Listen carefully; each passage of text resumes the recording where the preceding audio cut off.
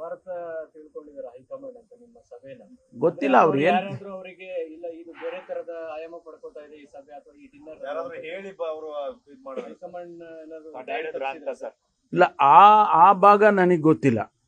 ನನಗಷ್ಟೇ ಗೊತ್ತು. ಅವ್ರು ಕರೆ ಮಾಡಿ ಕೇಳಿದಾಗ ನಾನು ಹೇಳಿದ್ದೇನೆ, ಈ ರೀತಿ ಬನ್ನಿ, ನೀವೇ ಬನ್ನಿ, ಇದರಲ್ಲಿ ಯಾವುದೋ ರಾಜಕೀಯದ ಲೇಪನ ಯಾವುದೂ ಇಲ್ಲ ಇಲ್ಲಿ ಅಂತ ಹೇಳಿ ಕರೆದೆ. ನಾನು ಬರ್ತೀನಿ, ನಾನು ಭಾಗವಹಿಸ್ತೇನೆ, ಮುಂದಕ್ಕೆ ಹಾಕ್ಕೊಳ್ಳಿ ಅಂತ ಹೇಳಿದರು. ಎಲ್ಲ ಭಾಗನೂ ಗೊತ್ತಿದೆ, ಆದ್ರೆ ಅರ್ಧ ಮಾತ್ರ ಹೇಳ್ತಾ ಇದ್ದೀರಾ ಸರ್. ಇಲ್ಲ, ಪೂರ್ತಿ ಹೇಳಂಗಿಲ್ವಲ್ಲ ನಿಮ್ಮ ಹತ್ರ.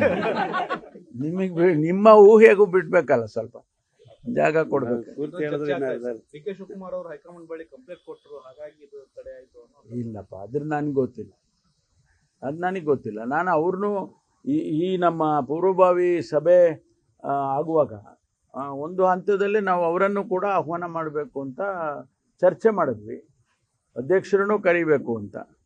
ಮುಚ್ಚಿಡೋ ಅಂಥದ್ದು ಏನಿಲ್ಲ. ನೋಡಿ, ರಾಜಕಾರಣ ಮಾಡಬೇಕು ಅಂದರೆ ಓಪನ್ ಆಗಿ ರಾಜಕಾರಣ ಮಾಡ್ತೀವಿ. ಅದೇನು ಮುಚ್ಚಿಟ್ಕೊಂಡು ಮಾಡೋದೇನಿದೆ? ಯಾವ ವಿಷಯದ ಬಗ್ಗೆ ನಾವು ಚರ್ಚೆ ಮಾಡಬೇಕೋ ಆ ವಿಷಯ ಬಹಿರಂಗವಾಗೇ ಮಾಡ್ತೀವಿ.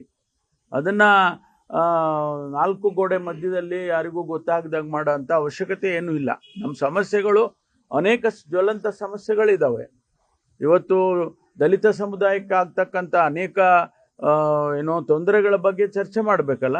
ಅಟ್ರಾಸಿಟೀಸ್ಗಳಾಗ್ತವೆ, ಅದ್ರ ಬಗ್ಗೆ ಚರ್ಚೆ ಮಾಡಬೇಕಲ್ಲ. ಈಗ ನಾನೇ ಗೃಹ ಸಚಿವನಿದ್ದೇನೆ, ಅನೇಕ ಕೇಸ್ಗಳನ್ನು ನಾವೆಲ್ಲ ರಿಜಿಸ್ಟರ್ ಮಾಡಿದ್ದೇವೆ. ಆ ಥರದ್ದೆಲ್ಲ ಚರ್ಚೆ ಮಾಡಬೇಕಲ್ವಾ. ಭಾರತ ತಿಳ್ಕೊಂಡಿದ್ದಾರೆ ಹೈಕಮಾಂಡ್ ಅಂತ ನಿಮ್ಮ ಸಭೆನ ಗೊತ್ತಿಲ್ಲ ಅವ್ರು ಏನ್ ಯಾರಾದ್ರೂ ಅವರಿಗೆ ಇಲ್ಲ ಇದು ಬೇರೆ ತರದ ಆಯಾಮ ಪಡ್ಕೋತಾ ಇದೆ ಈ ಸಭೆ ಅಥವಾ ಈ ಡಿನ್ನರ್ ಯಾರಾದ್ರೂ ಹೇಳಿ ಅವರು ಇದು ಮಾಡೋದು ಹೈಕಮಾಂಡ್ ಸರ್. ಇಲ್ಲ, ಆ ಭಾಗ ನನಗೆ ಗೊತ್ತಿಲ್ಲ.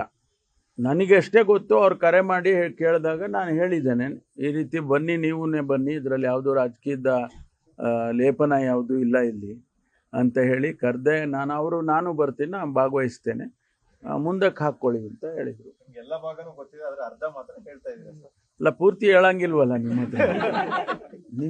ನಿಮ್ಮ ಊಹೆಗೂ ಬಿಡ್ಬೇಕಲ್ಲ, ಸ್ವಲ್ಪ ಜಾಗ ಕೊಡ್ಬೇಕು. ಡಿ.ಕೆ. ಶಿವಕುಮಾರ್ ಅವರು ಹೈಕಮಾಂಡ್ ಬಳಿ ಕಂಪ್ಲೇಂಟ್ ಕೊಟ್ಟರು, ಹಾಗಾಗಿ ಇದು ತಡೆ ಆಯ್ತು. ಇಲ್ಲಪ್ಪ, ಅದ್ರ ನನಗೆ ಗೊತ್ತಿಲ್ಲ, ಅದು ನನಗೆ ಗೊತ್ತಿಲ್ಲ. ನಾನು ಅವ್ರನ್ನೂ ಈ ನಮ್ಮ ಪೂರ್ವಭಾವಿ ಸಭೆ ಆಗುವಾಗ ಒಂದು ಹಂತದಲ್ಲಿ ನಾವು ಅವರನ್ನು ಕೂಡ ಆಹ್ವಾನ ಮಾಡಬೇಕು ಅಂತ ಚರ್ಚೆ ಮಾಡಿದ್ವಿ. ಅಧ್ಯಕ್ಷರನ್ನು ಕರಿಬೇಕು ಅಂತ. ಮುಚ್ಚಿಡೋ ಅಂಥದ್ದು ಏನಿಲ್ಲ. ನೋಡಿ, ರಾಜಕಾರಣ ಮಾಡಬೇಕು ಅಂದರೆ ಓಪನ್ ಆಗಿ ರಾಜಕಾರಣ ಮಾಡ್ತೀವಿ. ಅದೇನು ಮುಚ್ಚಿಟ್ಕೊಂಡು ಮಾಡೋದೇನಿದೆ?